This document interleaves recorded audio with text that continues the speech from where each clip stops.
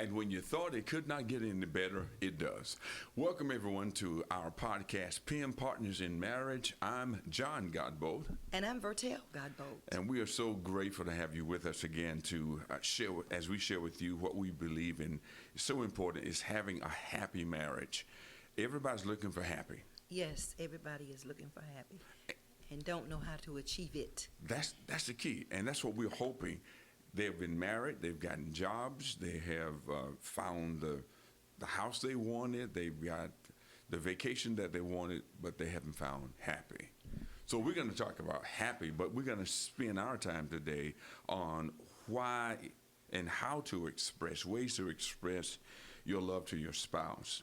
And first and foremost, I think we ought to share with people how we got here in the first place with Pim, or a marriage in itself. And we'll be celebrating 51 years in June. Yes, we will. That's amazing. I mean, Yes. a half a century plus. Yes. Have you ever thought about that? We've been married. That's a long time, babe. That's a long time. We've been in the same bed Yes. for over 50 years. 50 years. Going on 51. And I met you at Fayetteville State University, Mm-hmm. and I had no idea, who you were I don't remember seeing you. You said you saw me on the bus when we were like in the 8th grade. 8th grade, one time. That's right. I'll tell you about that story. Yes, but I was with a friend. She lived across the street from me, Mm-hmm. and she always helped me with math. And that particular night, she had gospel choir rehearsal. Thank God for the math. And I said, okay, I'll ride out there with you. And I saw you.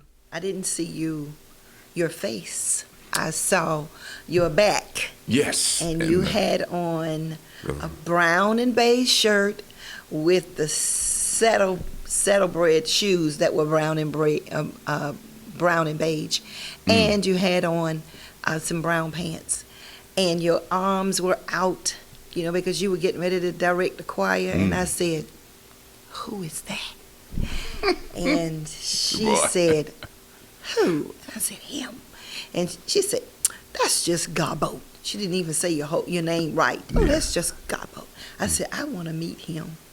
Now, all this, you hadn't seen my face yet. Nope. I'll keep my Had back not to you seen all the time. I'll keep my back to you. No. How about But that? that was the beginning of it. And at that time, of course, you had Snow Hill AME Zion Church, and you all had prayer meetings on Friday nights. Yeah, And sure did. you would pick up some of the guys from school. And since my major was music, and my primary was voice, so I said, maybe I can go along with them. And we just became friends. We just kept going, and it grew. That to me is amazing. I guess everybody has stories of how they met each other, but I remember you from the 8th grade because my bus broke down at Ashley Elementary School or something, and we had to ride your bus from there to Ann Chestnut. And I think you were at Chestnut 1 year, 1 year. And I remember standing up on that bus and I looked and I saw you just communicating. You were talking to somebody with your eyes and your mouth. I said, that girl can talk. That was the only thought I had. And then when we met, I remember that instance. 8th grade to college, what was that, 5 years, 6 years? We hadn't seen each other. I didn't know you. But that's amazing to have stories like that and to be able to go back to them and say, this is a reminder. This helped me find the foundation or the reason why I appreciate you so much or each other. Right. And I think one primary thing that leads to a happy relationship is friends first. Bingo. Not bed partners, Yeah. but friends. We did stuff together. We would meet on campus in the Rosenthal building, because that was the building that had like a little place where you could sit and talk and all that. And we would meet sometimes over lunch. and that was when Vicks was still operating, and we I miss would I leave. miss Vicks. We would leave and go down and get a foot-long hot dog and Yeah. just sit. And So- sometimes we would go to Rowan Street Park, you Yep. know, and just hang, friends. But that's to me gives you the foundation that's needed Mhm. for happy. Mhm. Because friends, you don't have any, you can say, oh man, that is crazy, or whatever. You can just let your hair down, and you don't have to be on guard, because that's what friends do.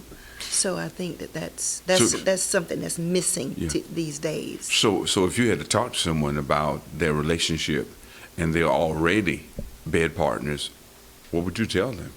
Stop it. Stop it. Stop it. Stop it. Because that gets everything confused. There is a difference between friends and passion. Okay. And then it's over. But people don't know how to separate. Now, if it's a date, seemingly, and it's not everybody, but generally speaking, Yeah. now if you have a date, the sex part is a part of it. Yeah, it's the activity Yes. of dating is Right. sex. Okay. And if you build your relationship on that, then that's not a solid foundation. It really Friends, isn't. I try to explain to folk that friends, we have mutual friends. We'll say Norma Bryant, who we've known her. She's a part of the Partners in Marriage, our board. Known her since before Royville was probably 4 years old, maybe Right. something like that. Norma is a friend. Okay, that means we just talk. We can share ideas. She tells me, you look better in this color than that color, because she knows about color. That's her business. But we can't be friends and in the bed Right. together. That's not friendship. So a real friendship, even if it's between people who are dating, the bed should never be a part of that. Right. That muddies the water. Gotcha. I agree. Yes. So what we're looking at, another thing we got a couple of minutes here, and we're going to move on, but I don't want to go too far away from that. I think this segment should be being able to talk about that, because even as young people, we loved each other. When we found out we had great friendship, we fell in love, and that passion started rising. And I remember thinking, Lord, she's such an incredible woman, and realizing there's certain things, a line I don't want to cross. Right. I got a war going on. As Paul said in the word, the good I would, I knew not, the evil I would not that I do. I'm feeling that flesh coming up. But drawing the line, knowing the but in life is important. Being able to say, I'm not going there. Right. And I think that perhaps we had an advantage in that regard, because both of us were saved and we loved Jesus. And so Holy Spirit definitely, puts you in check, and it'll keep you that way. And that's how come sometimes I don't understand, and maybe somebody can help me with it. I don't understand long relationships.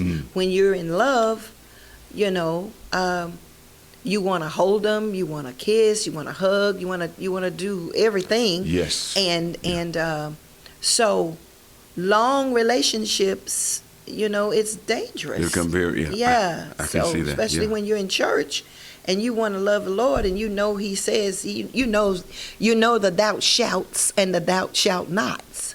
So, you don't want to go across the line. So, we got 30 seconds or so, but it made me think about Al Green when he was singing the song about Baal. He says, it's you I want, but it's him, Jesus, that I need. Yes. You get caught between both of those. Yes. But anyway, we're going to talk more with you, ladies and gentlemen, about these kinds of things and our experiences over the 51 years of marriage almost, so that you can see and go along with us that life is life. It's going to keep on lifing, and you got to make some serious decision about where you want to go with it. How about that? that's good. Okay, and remember, marriage is not a destination, but a journey of love.